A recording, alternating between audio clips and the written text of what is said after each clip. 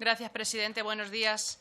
Bien, pues el asunto de fondo que trae esta PNL, que trae el separatismo catalán, podríamos decir que tiene ciertos visos de inconstitucionalidad.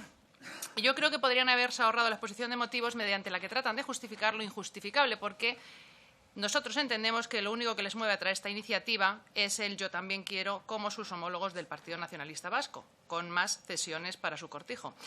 Su proposición no trae causa ni justificación en una aparente mejora de la gestión de los puestos de funcionarios con habilitación nacional, porque han sido ellos mismos los que han salido en tromba a protestar y quejarse públicamente del chanchullo que el Gobierno hizo de tapadillo con la disposición final primera de los presupuestos generales del Estado para 2022, cediendo a las presiones del PNV a cambio de su apoyo a los presupuestos de la ruina 2.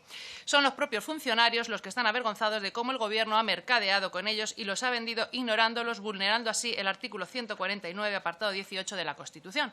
Y no lo digo yo, les doy titulares. Los secretarios, interventores y tesoreros de las entidades locales rechazan el traspaso a la Comunidad Autónoma del País Vasco de las competencias sobre su selección, formación, acordado junto a los presupuestos generales del Estado. Otro, 5.000 secretarios locales se revuelven contra la cesión de Sánchez para que el PNV forme a los altos funcionarios. Para garantizar el ejercicio de sus funciones en términos de igualdad en todo el territorio nacional, su selección y formación se atribuye al Estado y ellos mismos señalan que esta cesión supone un evidente retroceso en su régimen jurídico diseñado para garantizar su independencia y profesionalidad, porque los habilitados nacionales no son un cuerpo del agrado de los políticos precisamente. A fin de cuentas, su labor es controlarles y eso no les gusta. Por eso es preciso que quienes velan por la legalidad, controlan y fiscalizan la labor de los representantes públicos locales sean independientes de quienes son controlados por ellos y no al revés. Y para finalizar, decirles que ya saben que el equipo jurídico de Vox es eficaz, muy eficaz diría yo. 36 recursos de inconstitucionalidad presentados, 2 estados de alarma declarados inconstitucionales gracias a Vox. Un cordón fascista a nuestra diputada Amaia Martínez en el Parlamento Vasco, reventado por un recurso de inconstitucionalidad interpuesto por Vox. Y suma y sigue. Ahora el recurso número 36, presentado hace 3 semanas, referido a esta ley de presupuestos de la que hablamos, que, como he dicho, introdujo mediante esa disposición final primera y de forma sorpresiva la reclamación que el PNV había elevado vía enmienda como contrapartida para lograr su apoyo a los presupuestos. Un nuevo peaje al nacionalismo que desde Vox denunciamos como inconstitucional al suponer una manifiesta vulneración de los artículos 149, apartados 14 y 18 de la Constitución. Por tanto, señores de Junts, no insistan, yo creo que no lo van a conseguir, de modo que guarden en un cajón bajo llave su PNL, porque de ahí no va a salir mientras Vox siga aquí. Y hemos venido para quedarnos y continuar en la defensa de la unidad de España, de la libertad y de la igualdad de todos los españoles.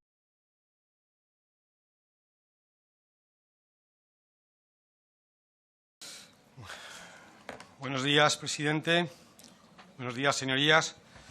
Vamos a ver, hoy el señor Guijarro se nos ha puesto la venda antes que la herida, porque efectivamente, como bien ha dicho el señor Mazón, hace una buena exposición y el señor Guijarro nos dice que no hay propuesta concreta. Yo diría, en términos escolares, de verdad que usted ha hecho un buen trabajo de exposición, pero la conclusión es floja, es floja. Mire, vamos a empezar por criticar el lenguaje. Dice usted para que se empodere, que es lo que se utiliza ahora. No, mire, tenemos palabra para lo que usted quería decir, se habilite, para que se habilite al Gobierno. Y bueno, lo que nos está contando el señor Guijarro es el problema de la adecuada valoración del binomio calidad-precio, que es conocido por cualquier consumidor. Lo conoce usted, señor Guijarro, cuando va a comprar, es lo que le ha comentado el señor Mazón sobre que hay que dar una cierta libertad al órgano de contratación que sabe por experiencia qué es lo que necesita, pero en cualquier caso yo creo que ustedes desconocen que este problema viene siendo abordado por la Administración desde hace mucho tiempo. En mi experiencia menos, los intendentes militares y el Ministerio de Defensa viene preocupándose de este problema desde el año 2015, como mínimo, ¿de acuerdo? Nosotros no le vamos a apoyar, y no le vamos a apoyar porque, bien dice el señor Mazón, nadie puede estar en contra de esto. Pero es que no queremos que se nos convoque a PNLs que no son más que brindis al sol, porque si la propuesta no es concreta, lo único que nos ha hecho usted, señor Guijarro, es hacernos perder el tiempo este rato. Es decir, la intención es muy buena, no se la podemos negar, pero por favor traiga propuestas concretas. No, bueno, pues oiga, que solucionen este problema. En este problema lleva la administración española, sus interventores, sus intendentes, intentando solucionarlos desde hace tiempo, con más o menos acierto.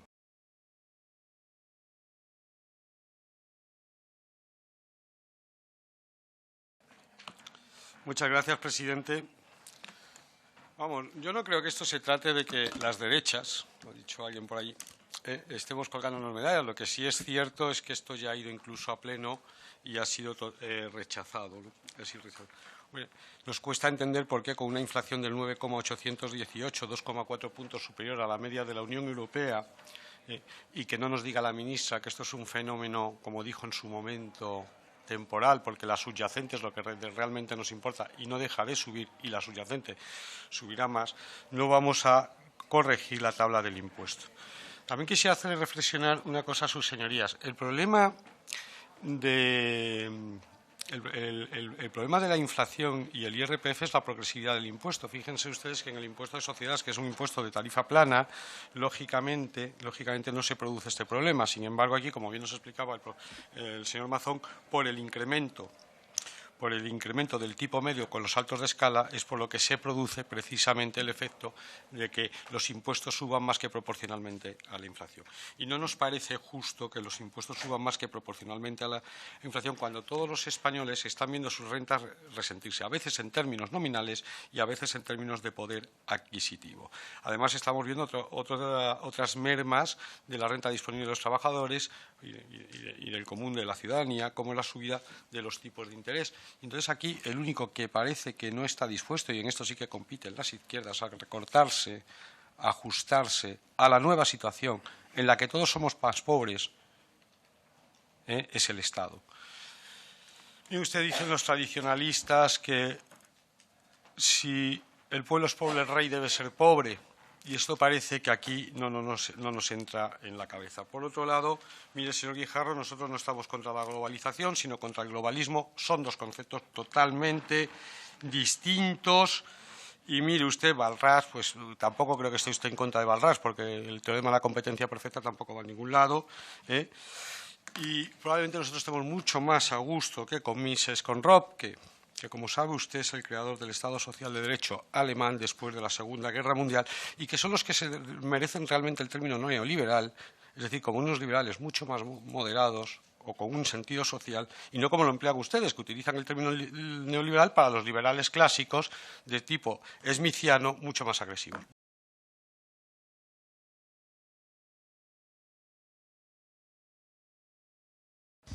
Gracias, señor presidente. Debatimos la PNL del Partido Popular para garantizar la transparencia en la reforma del sistema de acceso a la función pública con pleno respeto a los principios de igualdad, mérito y capacidad. Nos preocupa, y mucho, que se lleve a cabo un cambio en el que la subjetividad se imponga a la objetividad.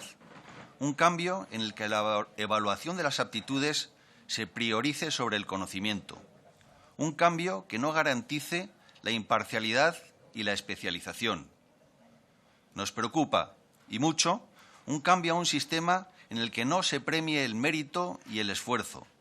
Un cambio que menoscabe el grado de exigencia y la búsqueda de la excelencia, porque la búsqueda de la excelencia está reñida con premiar la mediocridad. Nos preocupa, y mucho, que se lleve a cabo un cambio que pueda suponer una reducción en la calidad de los servicios públicos. Si reducimos la calidad, es decir, el nivel de especialización e independencia de los funcionarios, los efectos negativos permanecerán durante décadas. Señorías, cualquier reforma del sistema de acceso a la función pública debe tener en cuenta lo siguiente. Primero, planes de cobertura de vacantes con visión estratégica y con sentido de Estado. Ello supone la planificación y el rediseño continuo de las necesidades. Recordemos que, de acuerdo a las cifras del Instituto Nacional de Estadística, el número de asalariados públicos en el conjunto de las administraciones ha pasado de 2.931.500 en 2006 a 3.449.100 en 2021, y que este crecimiento se ha producido principalmente en la Administración autonómica. Segundo, planes de selección que primero busquen la excelencia, segundo, permitan avanzar en la necesaria digitalización de las administraciones públicas y tercero, permitan atraer al mejor talento joven. Planes de cobertura y de selección que deben vincularse con una futura carrera profesional, en la que primero se eliminen barreras que dificultan la movilidad entre las diversas administraciones.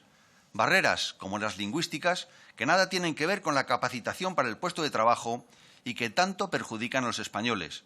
Y que se eliminen discriminaciones de tipo salarial entre las distintas administraciones, de forma que se cumpla el principio de mismo sueldo para el mismo trabajo. Discriminaciones que ponen de manifiesto diversos colectivos, como los funcionarios de prisiones y los cuerpos y fuerzas de seguridad. En fin, para terminar, nos preocupa la pérdida del valor de la excelencia en la administración pública.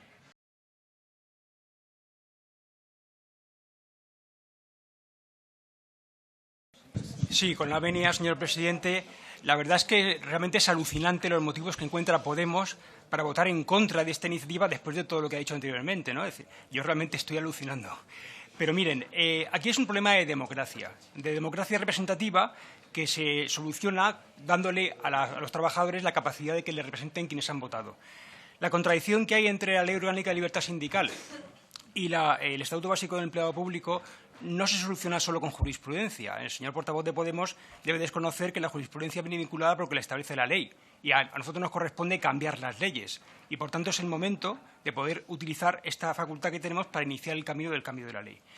Y, lógicamente, en este caso lo que está produciéndose es que los sindicatos que tienen una especial representatividad en un ámbito funcional y territorial específico, con alta representatividad, incluso llegando a porcentajes escandalosos en cuanto a la legitimidad que tienen detrás, se quedan fuera de las mesas de negociación. Por tanto, hablamos de que cuerpos de bomberos, cuerpos de policías locales o enfermeros, por ejemplo, no tienen a sus representantes hablando en nombre de sus funcionarios en las mesas de negociación. Y, lógicamente, al quedarse fuera de las mesas de negociación, no pueden sentarse a hablar de las condiciones de trabajo de quienes les han votado para que les representen precisamente. ¿Y quiénes sí se sientan siempre en esas mesas? Pues miren, los sindicatos, los protegidos, ¿no?, por el sistema. Los de las mariscadas, los del fraude masivo de dinero público en los cursos de formación destinados a desempleados. En fin, ya sabemos quiénes son, los protegidos por Podemos y por el PSOE, que son sus sindicatos de mesa camilla, UGT y comisiones obreras. Y esto no puede ser, porque es un ataque a la democracia y un abuso de representatividad. En definitiva, es un fraude a la voluntad de los trabajadores manifestada con sus votos. Y son esos sindicatos los que he mencionado, curiosamente, UGT, por ejemplo, con los que se fotografía sonriente, de una manera inexplicable, el candidato popular Moreno Bonilla a las elecciones andaluzas. Lógicamente, esto lo hace después de haberles regado con dinero público, ese mismo dinero público que estos sindicatos han robado y que, por tanto, a consecuencia del mismo, se encuentran sujetos a condenas de los tribunales.